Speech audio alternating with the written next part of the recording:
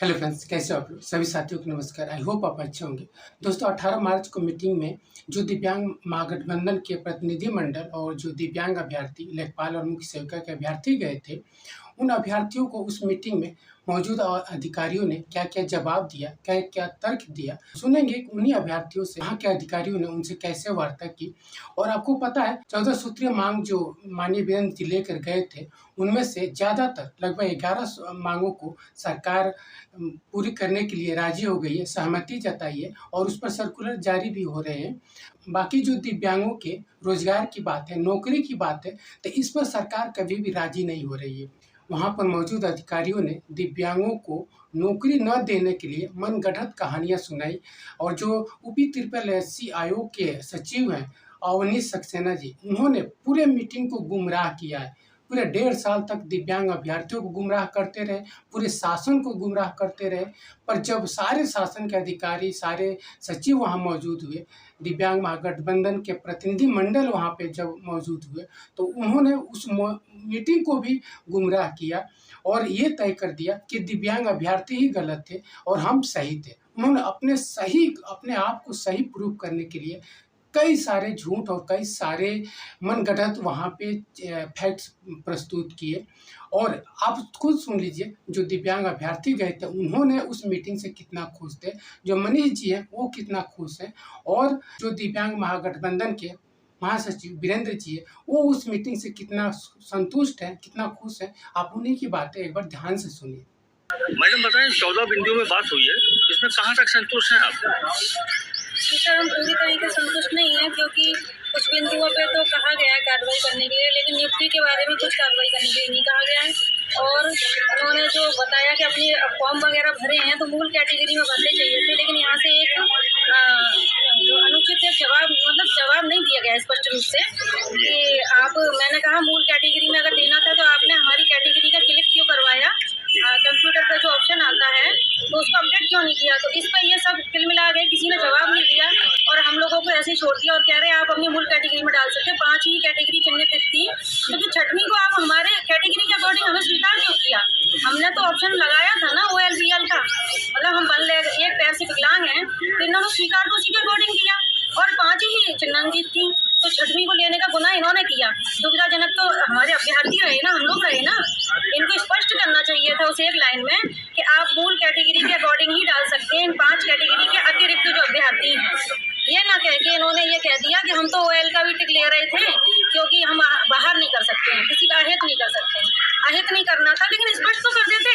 अन्य राज्यों में कहा जाता है कि अन्य राज्य का विद्यार्थी अगर फॉर्म डालेगा तो जनरल में लिया जाएगा, तो इनको भी यही कहते, मतलब एक स्पष्ट रूप से देना चाहिए था कि विभाग से 5 कैटेगरी चिन्हांकित हैं तो 6वीं को नहीं ले सकते हैं, आप अपनी मूल कैटेगरी में फॉर्म डाल सकते हैं। दोस्तों, मुख्य सेविका की अभ्यर्थी थी। मुख्य सेविका में प्री और मेंस करा करके इनका रिजल्ट रोक दिया गया है, नॉट क्वालिफाइड दिखा दिया गया है और इनका DV नहीं कराया गया।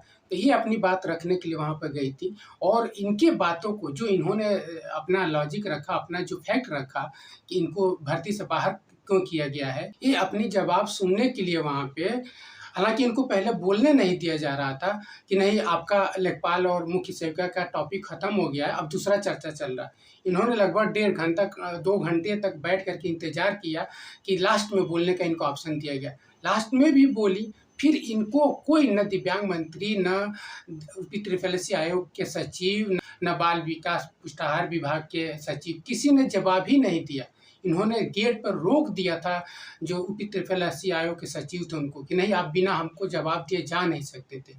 फिर भी वो लोगों ने इनकी बातों को बिना जवाब दिए निकल गए। इन्होंने बहुत अच्छी बात रखी थी कि अगर आप हमारा फॉर्म एक दिव्यांग कोटे से एक्सेप्ट कर रहे हो, दिव्यांग कोटे से आपने एक्सेप्ट किया है, तो आप कैसे उम्मीद कर रहे हो कि आप इनको हम जनरल में नौकरी ले जाकर दे देंगे, इनको मूल कैटेगरी में नौकरी दे देंगे। इनके सवालों का कोई जवाब नहीं दे सका। वहाँ पे लास्ट तक ये मीटिंग में बैठी रही कि अब कोई जवाब देगा, अब कोई जवाब देगा, और बिना जवाब दिए वहाँ पे न दिव्यांग मंत्री पर कोई प्रेशर था, न सचिव पर कोई प्रेशर था, कोई किसी ने जवाब ही नहीं दिया इनको और ऐसे ही मीटिंग को ओवर करके ये लोग निकल लिए। इसमें देखिए जो दिव्यांग महागठबंधन के जो लोग हैं वो कितना इस मीटिंग से संतुष्ट है। ये मनीष जी हैं, इनकी बातें सुनिए। इसके बाद जो दिव्यांग महागठबंधन के महासचिव है वीरेंद्र जी हैं, उनकी भी बातें सुनिए। इस वीडियो में हम लगा रहे हैं। देखिए, कुछ बिंदुओं पे तो समझ में आया कि हाँ चलिए मंत्री जी ने गौर किया है और उन बिंदुओं पे काम होना भी चाहिए था, इस बात को खुद वो स्वीकार है।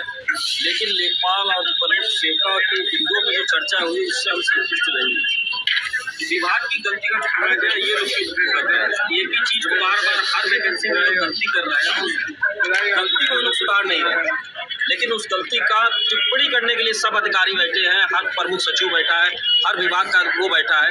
आखिर ये गलती कब तक दिव्यांग सहेगा और कब तक, इसकी लड़ाई हम आगे भी जारी रखेंगे। बैठक में 14 बिंदुओं पर बातचीत हुई। लेखपाल अभ्यर्थी, सेविका अभ्यर्थी, सीजनल संग्राम मीलों के विनियमितीकरण, आयुष्मान कार्ड, रिजर्वेशन कोटा, आवास, अंत्योदय कार्ड, 14 सूत्री मांगे थी। दिव्यांग उत्पीड़न भी उसी में शामिल था। तो इन सारी चीज़ों को रखा गया, बिंदुवार चर्चा हुई। लेखपाल और सेविका अभ्यर्थियों को तो ये कह दिया गया कि आप लोग उसकी कैटेगरी चिन्हित नहीं है चलन क्रिया वालों की, तो आपको अगली वैकेंसी में मौका दिया जाएगा। बाकी मामलों में रिजर्वेशन कोटा पूरा करने के लिए आदेश दिए गए हैं और आयुष्मान कार्ड, अंत्योदय कार्ड के लिए भी विचार करने के लिए कहा गया है। पीड़न के लिए कहा गया है, पुलिस डीजीपी कार्यालय से जो अधिकारी आए थे उनको कि भाई उत्पीड़न न हो, दिव्यांगों का इसका सर्कुलर जारी करिए, वीडियो कॉन्फ्रेंसिंग करके अपने नीचे के अधिकारियों को बताइए। इन सारे मामलों में खट्टा मीठा आज अनुभव रहा है।